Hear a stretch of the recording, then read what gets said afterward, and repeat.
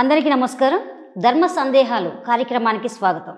So ప్రతి వారం కూడా మరి ఒక్కొక్క ధర్మ సందేహాలన్నిటిని కూడా మీరు ఈ యొక్క కామెంట్స్ రూపంలో మాకు చెప్తూనే ఉన్నారు. ఈరోజు కూడా మీ యొక్క ప్రతి ఒక్క ధర్మ సందేహాలని క్లుప్తంగా వివరించడానికి ఈరోజు మనతో పాటు ఉన్నారు జ్యోతిష రత్న, జ్యోతిష విశారద, జ్యోతిష వాస్తు బిరుదాంకితులు, న్యూమరాలజీ నిపుణులు ఆకాంక్ష ఏడూరు గారు మనతో పాటు ఉన్నారు. నమస్తే మ్యామ్. నమస్తే అమ్మ, చాలామంది పూజలో దీపం అకస్మాత్తుగా ఆరిపోయిందని భయపడుతుంటారు. అసలు అకస్మాత్తుగా దీపం ఆరిపోతే ఏం జరుగుతుంది? పూజ అనగానే దీపం అనేది చాలా ప్రధానమైంది. మనము భగవంతుడి స్వరూపంగా జ్యోతిని వెలిగిస్తూ ఉంటాము. అయితే చాలామంది పొరపాటున గాలి తగిలియో లేకపోతే ఏదో ఒక అవాంతరం వల్ల ఏదైనా వస్తువు దాని మీద పడి కానీ పూలు పడి కానీ దీపం ఆరిపోతూ ఉంది అనేసి భయపడతారు. అది సహజమే, ఎందుకంటే మనం భగవంతుడినే దీపంలో చూస్తున్నప్పుడు మరి దీపం ఆరిపోయింది అనగానే భగవంతుడు వెళ్ళిపోయాడా లేకపోతే పూజ అసంతృప్తిగా మిగిలిపోయిందా అని చెప్పేసి కొంత నిరాశ అనేది కలగడం సహజము. అయితే మనకి మనంగా దీపాన్ని ఊదడం కానీ లేకపోతే మన చేతితో దాన్ని ఒత్తిడి లోపలికి చేసేయడం కానీ లేకపోతే మనం గాలి క్రియేట్ చేసి అక్కడ దాన్ని ఆపేయడం కానీ అలా ఏదైనా మన చేతితో మనము ఆలోచనతో లేకపోతే మన ఒక పనితో అది ఏదైనా జరిగింది అంటే అది కొంచెం అపశకునమే. కావాలని ఎందుకు చేస్తాం అలా కదా, చేయకూడదు. అలా చేస్తే కనుక తప్పే. కానీ క్యాజువల్గా గాలి వచ్చింది లేకపోతే పొరపాటున పటానికి పెట్టిన పూలు దేవుడికి పెట్టిన పూలు పడి ఒక్కోసారి దీపం మీద ఆరిపోతూ ఉంటుంది. మరి అలాంటప్పుడు అక్కడ మన సంకల్పం ఏం లేదు, అదంతా అసంకల్పితంగా జరిగింది, అనుకోకుండా జరిగింది. అలాంటప్పుడు మన ప్రమేయం లేకుండా జరిగిన దానికి ఎందుకు మనం బాధపడతాం? అంటే ఇట్లా సడన్గా ఆరిపోయినప్పుడు చాలా అపశకునంగా భావిస్తుంటారు చాలామంది. అదే సడన్గా ఆరిపోవడం అనేది సడన్గా పెద్ద గాలి వస్తేనో లేకపోతే ఏదైనా దాని మీద పడితేనో లేదా ఒత్తి ఎండ్ అయిపోయి కాలిపోయిన తర్వాత ఆగిపోవడమో ఇలాంటిది ఉంటుంది తప్ప వెలుగుతూ ఉన్నదని ఏ కారణము లేకుండా ఆగిపోదు. ఆ కారణం అనేది మనం ప్రయత్నపూర్వకంగా చేస్తున్నామా లేకపోతే అసంకల్పితంగా జరిగిందా అనేది. ప్రయత్నపూర్వకంగా చేస్తే ఖచ్చితంగా తప్పే. కాకపోతే అసంకల్పితంగా జరిగితే మాత్రం ఎలాంటి బాధపడాల్సిన అవసరం లేదు. ఏముంది, మళ్ళీ గాలి వచ్చిందా ఆగిపోయింది, ఏ పువ్వు పడిందా ఆగిపోయింది అని మళ్ళీ ఒత్తి సరి చేసి మళ్ళీ వెలిగిస్తాము. అది ఏమీ పొరపాటు కాదు, ఇబ్బంది కాదు. ఎందుకు అలాంటి అసంకల్పిత చర్యలకి అన్నిటికీ కూడా భగవంతుడు పగబెట్టేసేసుకొని మనల్ని ఏం శపించాడు. సో అదొక విధానము. జరుగుతాయి, ఏదైనా ఆటంకాలు అవరోధాలు వస్తూ ఉంటాయి. వాటిని దాటి ముందుకెళ్ళి మనం అది ప్రక్రియను పూర్తి చేయాలి తప్పితే అదేదో అపశకునము అని భయపడాల్సిన పని లేదు.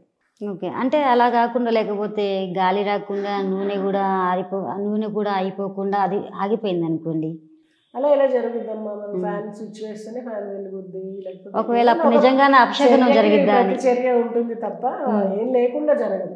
ఉత్తిగా ఎలా ఆరిపోతుంది? అంటే ఇప్పుడు దేవుని మీద నిజంగానే భక్తితో కాకుండా కొంచెం చాలామంది ఇట్లా ఉంటారు కదా, కొంచెమే దైవభక్తి అటు ఇటు ఉంటారు, అసలు భక్తి లేకుండానే నటిస్తూ కూడా కొంతమంది పూజ చేస్తుంటారు కనిపించాలని. ఒకవేళ వాళ్ళు చేసినప్పుడు కూడా ఆరిపోతే అట్లా ఏమైనా ఉంటుందా?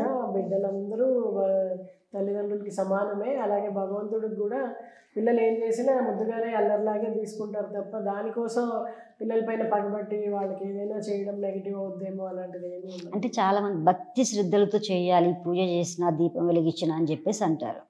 అయితే మనము ఏదైనా ఒక మంత్రాన్ని చదువుతున్నామా లేకపోతే ఒక పని చేస్తున్నామా, దాని ఫలితము అనేది మనసు పెట్టి చేసినా మనసు పెట్టి చేయకపోయినా ఎంతో కొంత అయితే ఉంటుంది. దీనికి మన పురాణాల్లో కూడా ఎన్నో నిదర్శనాలు ఉన్నాయి. ఒక ఋషి ఒడ్డున కూర్చొని ఉంటారు. ఒక భక్తుడికి మరి నా రోజు నాకేమో చెప్తున్నారు, భగవద్గీత చదివిస్తున్నారు, లేకపోతే నాతో ఈ పని చేయిస్తున్నారు, ఈ స్తోత్రం చేయిస్తున్నారు, దానికి ఫలితమే లేదు అంటాడు.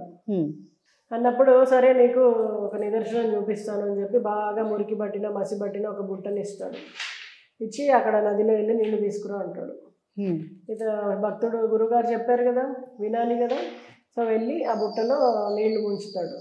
కానీ బుట్టలో నీళ్లు ఉంటాయా? అన్ని చిల్లులే కదా. సో నీళ్లు పోతాయి. తీసుకొచ్చే లోపల మొత్తం ఖాళీ అయిపోతుంది.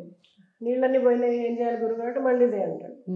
సో మళ్ళీ వెళ్తాడు భక్తుడు, మళ్ళీ ముంచుతాడు, మళ్ళీ గురువుగారి దగ్గరికి తెచ్చే లోపల మళ్ళీ అన్ని ఖాళీ అయిపోతాయి. సో అలా మళ్ళీ మళ్ళీ మళ్ళీ మళ్ళీ చేస్తూనే ఉంటాడు. విసుగొచ్చేస్తుంది శిష్యుడికి. గురువుగారి దగ్గరికి వచ్చి నా వల్ల కాదు, ఇన్నిసార్లు తెప్పిస్తున్నారు, ఏమన్నా ఉపయోగం ఉందా అంటారు. ఎందుకు లేదు, బుట్టను ఒకసారి చూడు అంటాడు.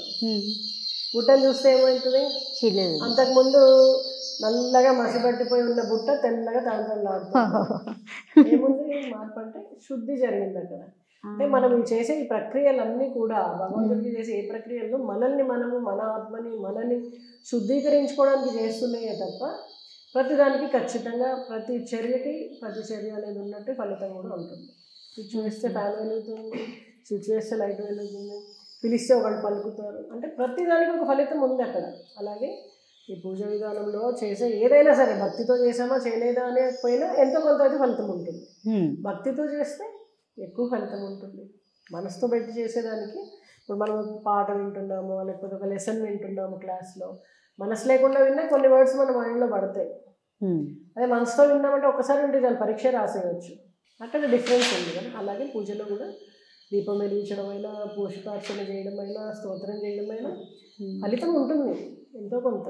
ఎంత అనేది మన మనసు మీద ఆధారపడి ఉంటుంది, ఎంత భక్తి అనే దాని మీద ఆధారపడి ఉంటుంది. మనిషి శుద్ధిగా ఉంటే ఏదైనా చేయొచ్చు, జరుగుతుంది. ఓకే. సో ఈ యొక్క ధర్మ సందేహాలని మరి దీపం ఆరిపోవటం కానీ, కొండెక్కడం కానీ, మరి నూనె లేకుండా నూనె అయిపోయి ఆరిపోవటం, లేకపోతే ఫ్యాన్ తగిలి ఫ్యాన్ గాలికి ఆరిపోవటం, ఇటువంటి అన్ని ధర్మ సందేహాలని చాలా చక్కగా వివరించారమ్మా. ధన్యవాదాలు.